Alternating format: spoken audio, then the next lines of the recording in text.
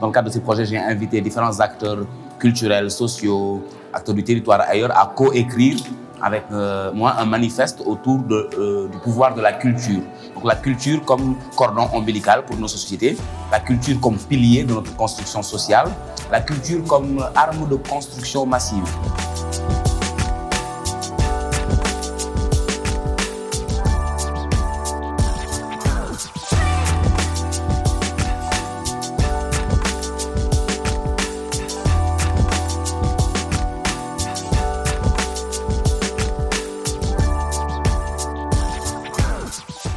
Donc, comme le laboratoire, on travaille autour de l'oralité, on voulait justement tisser une parole commune avec différentes personnes qui puissent écrire et tous dans le même sens, que la culture est au début, au milieu, à la fin de tout et qu'il est urgent de remettre la culture au cœur de notre projet de société. C'est autour de différentes thématiques. Donc, il y a Sandrine Lemar, qui est une collègue sociologue, enseignante, qui a écrit sur l'éducation autrement. Il y a Ibakou, musicien avec qui je collabore sur cet espace-là depuis des années. C'est le membre du collectif qui a écrit sur comment nourrir le futur à travers les arts, la musique. Il y a Fatou Kandé Senghor, qui ne nous présente plus, qui est cinéaste, qui a écrit sur le pouvoir du cinéma Batchebot, ou comment laver les yeux, et le type de cinéma de résistance. Il y a Mamadou Dia, qui habite à Gandiol, qui est un migrant de retour, qui a écrit sur les énergies du retour et le travail communautaire qu'il fait à Gandiol, avec son organisation Khakhatai. Il y a Sadrak Pondi, qui est un rappeur camerounais qui vivait au Sénégal, dans un groupe qui s'appelait Négrissim, et qui est rentré à Douala, qui a écrit sur le pouvoir du verbe fécond.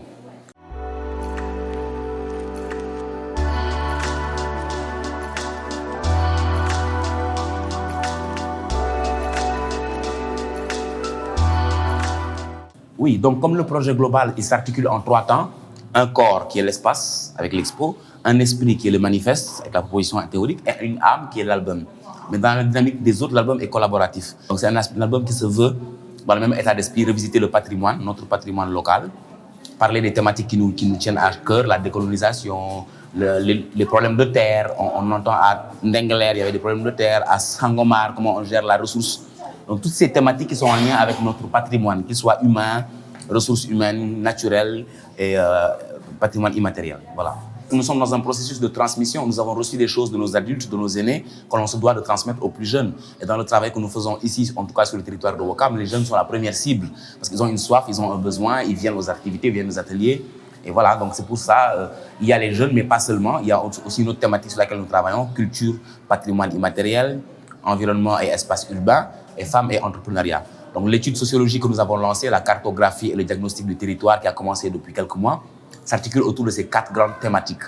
Comprendre comment est-ce que les gens voient la culture, dans leur tête c'est quoi la culture, le patrimoine immatériel, dans leur tête comment est-ce qu'ils voient l'espace urbain, l'environnement, comment est-ce qu'ils conçoivent la place des femmes et l'entrepreneuriat, et quelle est la place et la responsabilité des jeunes. Nous commencerons par un diagnostic du territoire. Avant de parler du territoire, nous avons besoin de savoir quelles sont les réalités du territoire. Qu'est-ce que les acteurs du territoire eux-mêmes mettent en place, où est-ce qu'ils en sont. Donc, le travail de diagnostic a commencé depuis quelques mois. Nous avons monté une équipe de recherche avec des jeunes étudiants, des artistes, des sociologues. Et nous avons commencé à investir. Nous avons divisé Ouakam en 10 zones, grandes zones, tous les quartiers. Et dans chaque zone, nous avons envoyé des enquêteurs sur des questions bien précises autour de ces 4 thématiques. Au retour de ces enquêtes, nous avons préparé des focus groups.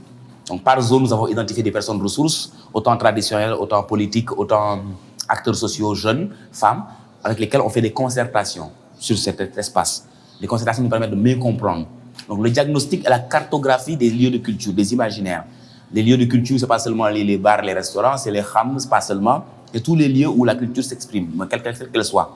Mais c'est un travail qui se veut à la croisée de différents outils. Les sciences sociales, oui, les arts, parce que les arts et la culture aussi sont des outils de production de savoir. Un cinéaste qui regarde une réalité produit un savoir, produit un regard. Donc, des arts, de l'éducation populaire. On travaille avec Endagraph Sahel qui a une méthode qu'elle appelle la RAF, Recherche Action Formative. Donc c'est vraiment comment hybrider les formes et avoir une forme de syncrétisme de ces différents outils. Parce que nous ne voulons pas nous enfermer dans la science occidentale, genre la sociologie et la façon de connaître le réel. Il y a différentes façons de connaître le réel. Et notre chance, c'est comment on peut lier ces différents outils pour produire un discours beaucoup plus global et qui rend beaucoup plus avec la réalité de notre territoire. La culture aujourd'hui, c'est toutes ces façons de faire qu'on doit interroger nos différents héritages colonial, arabo-musulmans, indo-européens, négro-africains. Et qu'est-ce qu'on fait de tout ça? Il est temps qu'on se pose sur un vrai projet de société où on intègre tout ça et qu'on puisse répondre à nos défis actuels pour l'Afrique et pour le monde.